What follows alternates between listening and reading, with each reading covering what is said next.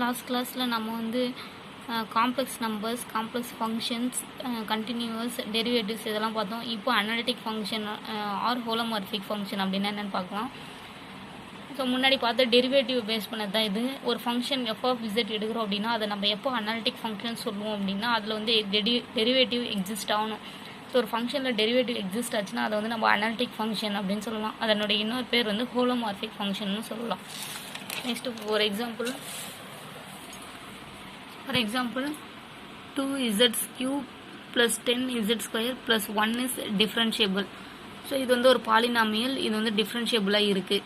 So டிஃப்ரென்ஷியபிளாக இருக்கிறதுனால இது வந்து அனாலிட்டிக் ஃபங்க்ஷன் அப்படின்னு சொல்லலாம். ஸோ இந்த மாதிரி பாலினாமியல் கொடுத்தா அது வந்து டிஃப்ரென்ஷியபிளாக இருக்கா அப்படின்னு பார்த்து அதை வந்து அனாலிட்டிக் சொல்கிறதுக்கு பதிலாக நம்ம ஒரு ஸ்டேட்மெண்ட்டை யூஸ் பண்ணி ஈஸியாக இதை வந்து நம்ம அனாலிட்டிக் சொல்லிடலாம். Every polynomial function is analytic. எந்த ஒரு பாலினாமியல் கொடுத்தாலும் சரி அதை வந்து நம்ம செக் பண்ண தேவையில்லை. ஸோ அது அனாலிட்டிக் அப்படின்னு இந்த ரிசல்ட்டை பேஸ் பண்ணி அப்படியே நம்ம போட்டுடலாம். நெக்ஸ்ட்டு 2 ஃபங்க்ஷன் எடுக்கிறோம், F and G.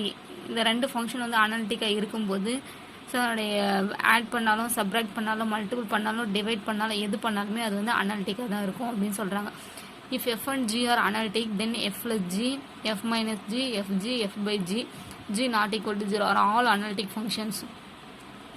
So next வந்து every constant function, polynomial, trigonometric function, exponential function are all analytic function. நம்ம கண்டினியூவஸ் இந்த மாதிரிலாம் பார்த்தோம்.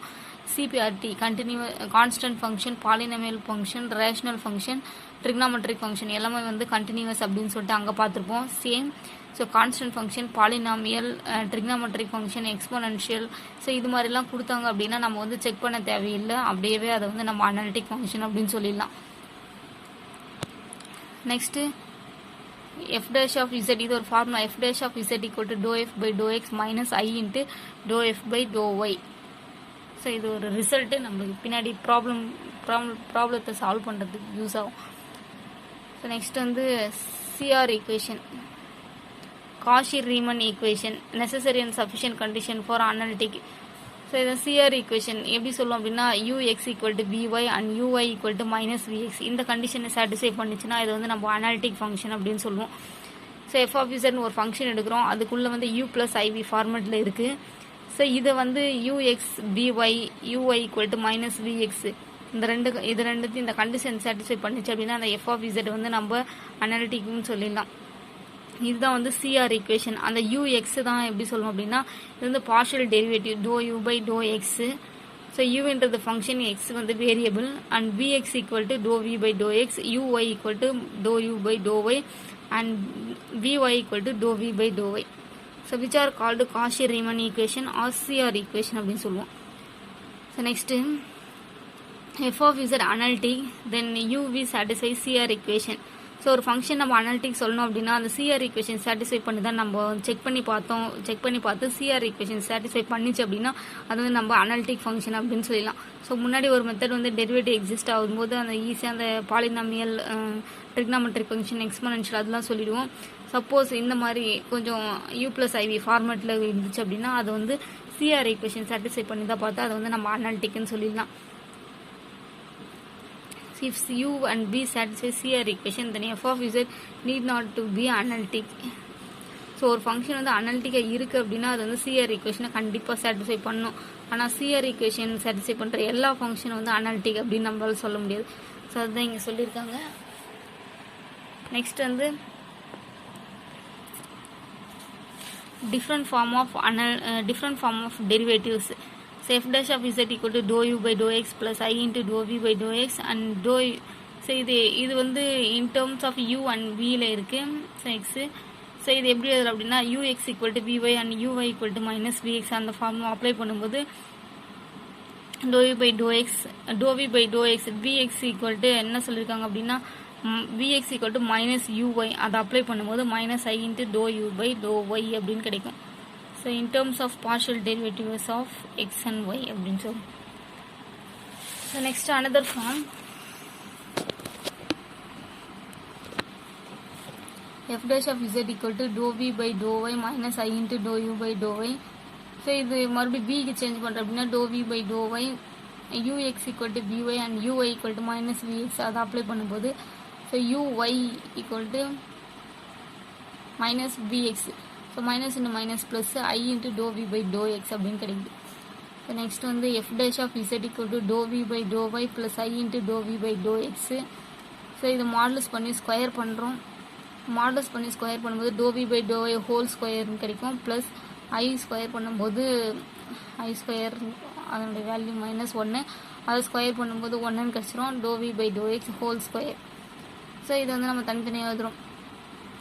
ரெண்டா doe we by to Y whole ஸ்கொயரை doe we by to Y into to we by to Y, அது மாதிரி பக்கத்தில் doe we by to X எழுதியிருக்கோம். ஸோ இப்போ இந்த இடத்துல வந்து யூஎக்ஸ் ஈக்குவல் டு பிஒய் அதை அப்ளை பண்ணுறோம். U X பிஒய்யை.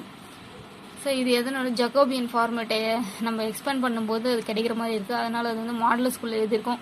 Modulus of doh you by to x doh you by to y doh we by to x doh we by to y அப்படின்னு. So இது வந்து Jacobian of u comma v அப்படின்னு சொல்லலாம். Which is the Jacobian of u comma v with respect to x comma y. A function u satisfy said to be harmonic if u satisfies the Laplace equation. ஒரு function நம்ம வந்து அனாலிட்டிக்னா அது வந்து CR ஈக்குவேஷனை satisfy பண்ணணும். Harmonic அப்படின்னும் போது அது வந்து லேப்லாஸ் ஈக்குவேஷனை சாட்டிஸ்ஃபை பண்ணணும். லேப்லாஸ் வந்து del square of some function, del square of U equal to 0. So யூவோட வேரியபிள்ஸ் வந்து எக்ஸ் ஒய் அப்படின்றதுனால doe square you by to X square plus to square you by to Y square equal to 0. இந்த கண்டிஷனை satisfy பண்ணிச்சுன்னா அது வந்து நம்ம வந்து harmonic function அப்படின்னு சொல்லலாம். Next if f of z equal to u plus b iv is analytic, then both u and v are harmonic functions. So ஒரு function வந்து அனாலிட்டிக் அப்படின்னா அந்த ஃபங்க்ஷனுக்குள்ளே u v ரெண்டுமே வந்து ஹார்மோனிக் ஃபங்க்ஷனாக இருக்கும். ஹார்மோனிக் ஃபங்க்ஷன் சொல்கிறதுக்கு அது வந்து லேப்லாஸ் கண்டிஷனை சாட்டிஸ்ஃபை பண்ணணும். So doh square you by to X square plus to square you by to Y square equal to 0. இது யூவோட ஹார்மோனிக் லேப்லாஸ் ஈக்குவேஷன். நெக்ஸ்ட்டு பிக்கு வந்து doh square v by to X square plus to square v by to Y square equal to 0. இது வந்து பியோட Laplace equation. இது ரெண்டும் வந்து சாட்டிஸ்ஃபை பண்ணிச்சுன்னா அந்த யூ பி வந்து நம்ம அனாலிட்டிக் ஃபங்க்ஷன் அப்படின்னு சொல்லிடலாம். Next if u and v are harmonic and satisfies the CR equation the function v is said to be harmonic conjugate of u. First வந்து harmonic கண்டிஷனை சாட்டிஸ்ஃபை பண்ணுதான்னு பார்க்கணும். அப்புறம் சிஆர் ஈக்குவேஷனை சாட்டிஸ்ஃபை பண்ணிச்சு அப்படின்னா v is said to be harmonic conjugate of u. So harmonic conjugate of u is minus v அப்படின்னு சொல்லுவோம்.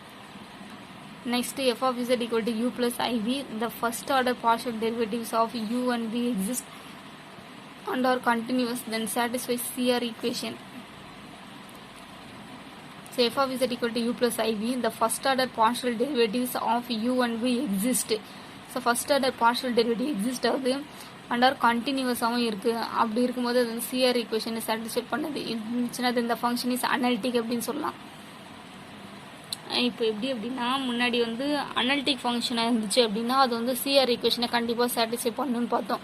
இந்த இடத்துல சிஆர் ஈக்குவேஷனை சாட்டிஸ்ஃபை பண்ணுது கூடவே வந்து அது வந்து கண்டினியூஸாகவும் இருக்குது, டெரிவேட்டிவ்ஸும் எக்ஸிஸ்ட் ஆகுது அப்படின்னா அது வந்து அனாலிட்டிக் அப்படின்னு சொல்லிடலாம்.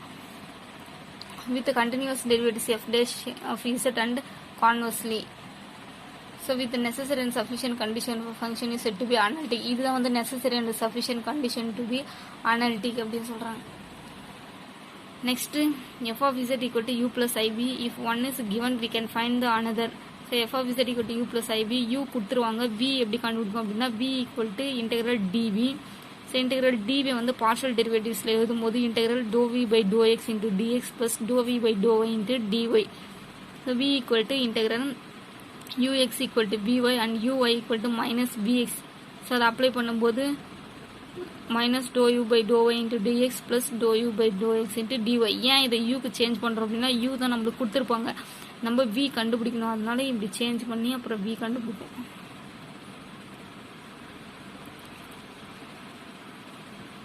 ஸோ இதோடைய எக்ஸாம்பிள்ஸை வந்து நெக்ஸ்ட் கிளாஸில் பார்க்கலாம். ஸோ இந்த மாதிரி நம்ம இந்த காம்ப்ளெக்ஸ் அனாலிசிஸோட ஃபுல் வீடியோவை நீங்கள் பார்க்கறதுக்கு நம்மளோட வீடியோஸை வந்து சப்ஸ்கிரைப் பண்ணுங்கள். தேங்க்யூ.